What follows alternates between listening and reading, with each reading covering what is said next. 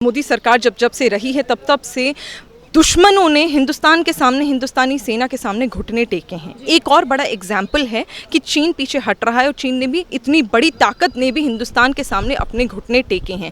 तो ये जाहिर सी बात है, जब अपनी पार्टी को, अपनी सरकार को हम इतना बढ़ता हुआ देखते हैं तो विपक्ष को कहीं ना कहीं तो जलन होगी। तो ये मुझे लग रहा है उनकी जलन का हिस्सा है। वो ये शो इसलिए नहीं कर पा रहे हैं कि उन्हें चिंता है, पर वो अपनी जलन कहीं ना कहीं दिखा रहे हैं और उनकी जलन की वजह से जनता समझ रही है कि कौन कितना पानी में है, कौन हिंदुस्तान के समर्थन में और कौन हिंदुस्तान की मुखालिफत करता है। असदुद्दीन ओवैसी, राहुल गांधी, ये सब एक ही थाली के चट्टे बट्टे हैं, घूम के इधर आ जाते हैं। असदुद्दीन ओवैसी को ये बात समझनी पड़ेगी कि सरकार और आर्मी कम्प्लीटली अलग है। आर्मी क्या करती है, वो आर्मी बोलती है और आर्मी ने बोला। अब आर्मी के ऊपर भरोसा दिखाना है नहीं दिखाना, वो आपको देखना है। आप अपनी गिरबान में झांकिए, अगर आप आर्मी पर भरोसा नहीं दिखा रहे हैं। मुझे लगता है कि सरकार जिस तरह से काम कर रही है और आर्मी जिस तरह से काम कर रही है, उसे हमें सल्यूट करना चाहिए। मुझे ये मालूम है कि हिंदुस्तान में अगर कोई भी हिंदुस्तान के लोगों पर आंख भी उठाकर देखेगा तो हमारी आर्मी उसको चकनाचूर कर देगी, और मैं उसके लिए अपनी आर्मी के साथ, दिल जान के साथ खड़ी हुई हूँ। असदुद्दीन ओवैसी नहीं खड़े हुए। जो व्यक्ति वंदे मातरम बोलने से कतराते हो, वो आर्मी के साथ क्या खड़े होंगे, उनका वजूद दिख जाता है।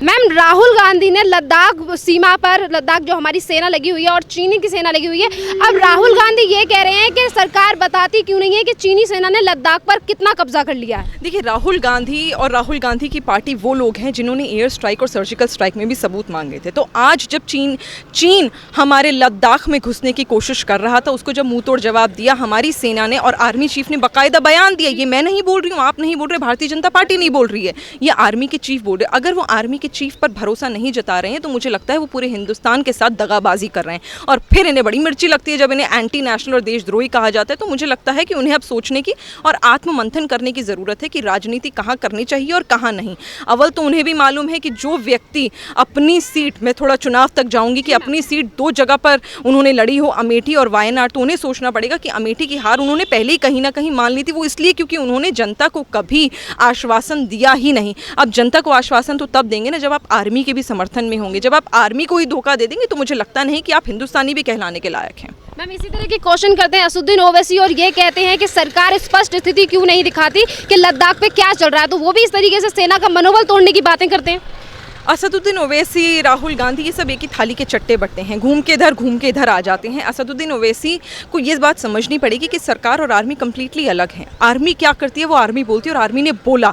अब आर्मी के ऊपर भरोसा दिखाना है नहीं दिखाना, वो आपको देखना है। आप अपनी गिरबान में झांकिए, अगर आप आर्मी पर भरोसा नहीं दिखा रहे हैं। मुझे लगता है कि सरकार जिस तरह से काम कर रही है और आर्मी जिस तरह से काम कर रही है, उसे हमें सल्यूट करना चाहिए। मुझे ये मालूम है कि हिंदुस्तान में अगर कोई भी हिंदुस्तान के लोगों पर आंख भी उठाकर देखेगा तो हमारी आर्मी उसको चकनाचूर कर देगी, और मैं उसके लिए अपनी आर्मी के साथ, दिल जान के साथ खड़ी हुई हूँ। असदुद्दीन ओवैसी नहीं खड़े हुए। जो व्यक्ति वंदे मातरम बोलने से कतराते हो, वो आर्मी के साथ क्या खड़े होंगे, उनका वजूद दिख जाता है।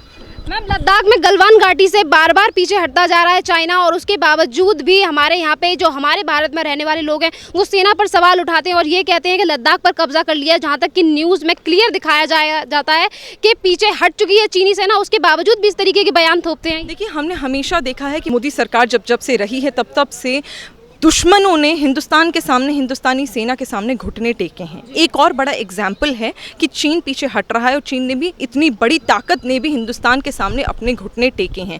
तो ये जाहिर सी बात है, जब अपनी पार्टी को, अपनी सरकार को हम इतना बढ़ता हुआ देखते हैं तो विपक्ष को कहीं ना कहीं तो जलन होगी। तो ये मुझे लग रहा है उनकी जलन का हिस्सा है। वो ये शो इसलिए नहीं कर पा रहे हैं कि उन्हें चिंता है, पर वो अपनी जलन कहीं ना कहीं दिखा रहे हैं, और उनकी जलन की वजह से जनता समझ रही है कि कौन कितना पानी में है, कौन हिंदुस्तान के समर्थन में और कौन हिंदुस्तान की मुखालिफत करता है। मैम, अमेरिका की तरफ से प्रस्ताव रखा गया कि इंडिया को G7 में शामिल कर लिया जाएगा, तो उसी में चीन का जो पेपर है, ग्लोबल टाइम सरकारी पेपर, उसमें ये छापते हैं कि सरकार, जो हमारा भारत है वो ताकत का भूखा है, और साथ में ये कहते हैं कि G7 में शामिल होकर भारत आग से खेल रहा है।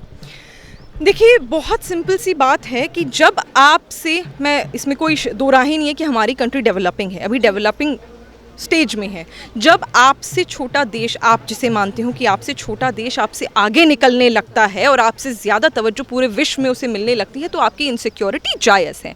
और चीन वहीं उसी इनसिक्योरिटी से गुजर रहा है। जबकि हमने देखा कि कोविड-19 में क्या बुरा हाल चाइना ने किया पूरे विश्व का, सिर्फ एक देश का नहीं, पूरे विश्व का, तो उसकी सच्चाई सामने आ रही है। इतने लीगल केसेस उस देश पर चल रहे हैं, बल्कि बहिष्कार तक की बात हो रही है। आज हिंदुस्तान से दवाई लोग मांग रहे हैं, चाइना से नहीं मांग रहे, तो उनकी इकोनॉमी पे भी इफेक्ट करेगा, उनकी ग्लोबल इमेज पे भी इफेक्ट करेगा। तो उनकी इनसिक्योरिटी है, ये इनसिक्योरिटी ही दर्शाता है कि इस बात का भी उन्होंने मुद्दा बना के अपने अखबार में छाप दिया। पर ठीक है, चर्चा उसी का होता है जिसका काम अच्छा होता है। हमारा चर्चा वो वहाँ कर रहे हैं, बहुत अच्छी बात है। मैम, पीएम नरेंद्र मोदी की तरफ से कहा गया था कि भारत को अब स्वदेशी चीज़ें अपनाने की ज़रूरत है और आत्मनिर्भर बनने की ज़रूरत है, जिसके बाद सोनम वांगचुक ने भी एक वीडियो डाली। उन्होंने कहा कि धीरे धीरे करके आप चाइना के सामान का रिप्लेसमेंट कर सकते हो। तो उसी को लेकर चाइना की तरफ से कहा जा रहा है कि इस तरीके से आप चाइनीज सामान का बहिष्कार करके जीत नहीं पाओगे और ना ही तो ये चीज़ें आपकी सफल हो पाएंगी। देखिए, भारतीय जनता पार्टी और मोदी सरकार की निरंतर यही कोशिश रही है कि हिंदुस्तान हमेशा आत्मनिर्भर रहे, और इसका बहुत बड़ा प्रमाण हमने मेक इन इंडिया के माध्यम से दिया है, और हम काफ़ी हद तक हुए भी हैं। आज भी अगर आप देखें तो विश्व में पीपीई किट्स बनाते जो कभी बनती नहीं थी हिंदुस्तान में, आज हम दूसरे स्थान पर हैं। मास्क जैसी चीज़ जो कभी हिंदुस्तान में बनती नहीं थी, हम हमेशा इम्पोर्ट किया करते थे, आज हिंदुस्तान में बन रही है। दवाइयाँ जो कहीं और से ली जाती थी, बहुत बड़े बड़े देशों से ली जाती थी, आज उन देशों में हमारा नाम है, हमारे देश का नाम है, हमारे देश से दवाइयाँ जा रही हैं। लोग वाकई कोशिश करें कि किसी प्रकार हमें हिंदुस्तान से ये दवाइयाँ मिल जाए, तो हम अपना स्तर बढ़ा रहे हैं और मेक इन इंडिया को हम प्रमोट करेंगे। आत्मनिर्भर की जहाँ तक बात है, हमारी सरकार हमारे साथ है, जनता समझ रही है, और जाहिर सी बात है कि चीन का सामान का हम बहिष्कार करेंगे तभी हमारे यहाँ जॉब क्रिएशन होगी, वो हम कर भी रहे हैं। मैम, जैसे कि अब चीन के दबाव में आकर नेपाल भी भारत को आंख दिखा रहा था, तो उसको लेकर योगी आदित्यनाथ ने भी कह दिया है कि नेपाल जिस तरीके से आंखें दिखा रहा है और कह रहा है कि लिम्पू धारा काला पानी हमारा हिस्सा है, तो उसको लेकर योगी आदित्यनाथ ने कह दिया है कि आप भारत को आंख दिखाने पहले ये क्यों नहीं देखते कि तिब्बत का हाल क्या हुआ।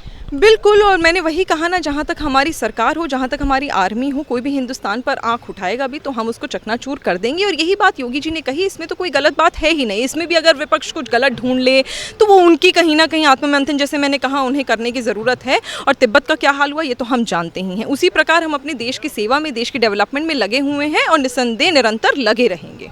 मैम, बात कर लेते हैं थोड़ी सी बॉलीवुड की, कि बॉलीवुड में जिस तरीके से ये सेलिब्रिटीज़ हैं और ये कहते हैं कि महिला सशक्तिकरण को आगे बढ़ाने की बातें करते हैं। एकता कपूर इस तरीके का सीरियल बनाती हैं और उसमें हमारे जो सेना पर हमारे जवान रहते हैं उन्हीं को लेकर इस तरीके का उल्टी सीधी चीज़ें बनाती हैं और ये कहती हैं कि जो हमारी बीवियाँ रह जाती हैं जवानों की, वो इस तरीके के काम करती हैं। देखिए, शर्म आनी चाहिए एकता कपूर को और पूरे बॉलीवुड समाज को जो इस प्रकार की फिल्में वो ला रही हैं, और हमारे फिल्म इंडस्ट्री को ये शर्म आनी चाहिए कि वो रिलीज़ भी कर रहे हैं, क्योंकि आज वो चैन से हैं अपने घर में, आज वो इस लायक हैं कि अपने घर में बैठकर सुरक्षित हैं और अपने यहाँ काम कर रहे हैं, तो सिर्फ इसलिए क्योंकि हमारे जवान अपनी रातों की नींद खराब कर रहे हैं। जवानों की माँओं ने, बीवियों ने अपने घर से अपने बच्चे को, अपने पति को भेजा हुआ है, और वो शायद चैन की नींद सोच भी ना पाते हो कि कल ऐसा ना हो कि वहाँ जंग छिड़ जाए और मेरा बेटा या मेरा पति शहीद हो जाए। तो उस चीज़ को मद्देनज़र रखते हुए कहीं ना कहीं उन लोगों को सोचना पड़ेगा, और नहीं करते तो मुझे लगता है कि हिंदुस्तान की जनता अब समझ गई है। इसलिए ऐसी पिक्चरों का और ऐसे डायरेक्टर प्रोड्यूसर्स का भी बहिष्कार जल्दी करेगी। फिल्म बनानी है तो आप बनाइए ना उरी की तरह, फिल्म बनानी है तो आप बनाइए ना पैडमैन की तरह, वो बनाइए जिससे हमारे देश की संस्कृति अच्छी हो, उभरे, डेवलपमेंट हो। हमारे देश के किसी भी व्यक्ति को अगर ठेस पहुँच रही है तो ये कहीं ना कहीं बॉलीवुड की बहुत बड़ी हार है। मैम, यहाँ पर एक लास्ट क्वेश्चन, जिस तरीके से अनुष्का शर्मा की तरफ से भी एक ऐसी मूवी बनाई गई थी पाताल लोक, जिसमें हिंदुत्व वो गलत दिखाया गया था, पुलिस का जो रोल था वो गलत तरीके से दिखाया गया,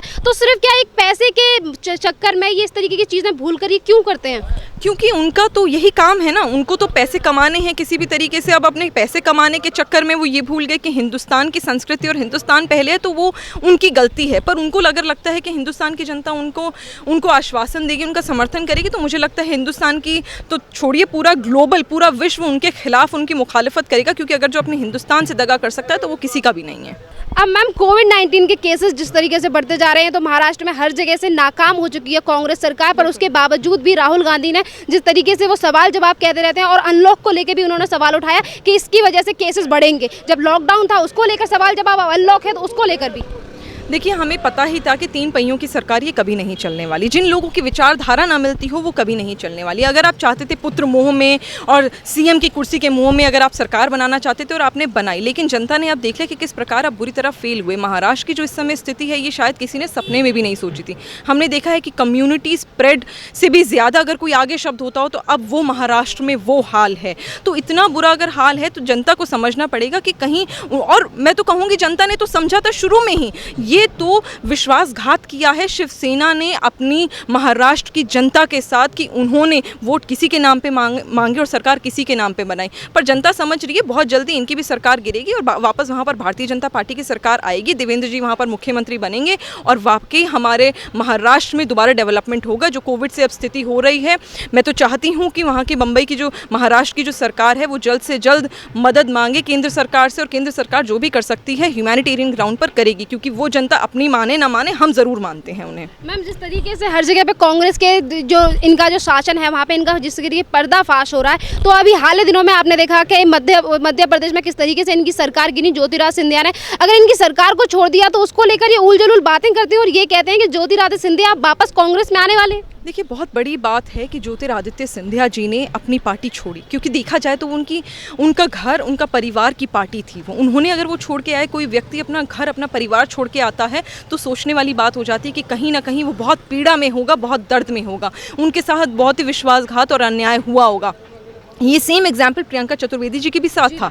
वो तो दुख की बात है कि उन्हें मजबूरी में अब कांग्रेस के बारे में बोलना पड़ता है, नहीं तो सभी जानते हैं कि दिल ही दिल में ना ही आदित्य जी और ना ही प्रियंका जी वो बिल्कुल भी समर्थन कांग्रेस पार्टी का नहीं करते हैं। ये सिर्फ राजनीति थी जो पुत्र मोह में उद्धव जी ने चाहा कि वो मेरा बेटा मंत्री बन जाए, मैं मुख्यमंत्री बन जाऊँ, नहीं तो और कुछ नहीं था। और वही अभी ज्योतिर जी के साथ हुआ, वो भी यही कोशिश में थे कि वो किसी प्रकार अच्छी पार्टी के साथ जुड़े, अच्छी सरकार बनाए। पर जहाँ उन्होंने देखा कि भ्रष्टाचार है और परिवारवाद चल रहा है तो उन्होंने भी सही डिसीजन लिया, और उनके डिसीजन को सही और साबित करना वो हमारा काम है, हम करेंगे। Thank you ma'am.